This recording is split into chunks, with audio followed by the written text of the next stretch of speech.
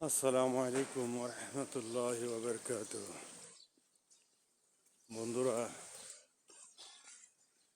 কে কোথায় আছেন জানি না, ভালো থাকবেন। অবিরাম অবিরাম ভালোবাসা রইল। যে যে যাই কিছু করেন না কেন, মহান আল্লাহর নাম ভুলে যাবেন না। চলার পথে বেশি বেশি করে তেলাওয়াত করবেন। সুবহানাল্লাহ আলহামদুলিল্লাহ ওয়ালা ইলাহা ইল্লাল্লাহ ওয়াল্লাহু আকবার ওয়ালা হাওলা ওয়ালা কুওয়াতা ইল্লা বিল্লাহিল আলিয়্যিল আযীম। সুবহানাল্লাহ আলহামদুলিল্লাহ ওয়ালা ইলাহা ইল্লাল্লাহ ওয়াল্লাহু আকবার। এই চারটি কথা আল্লাহর কাছে সবচেয়ে প্রিয় কথা।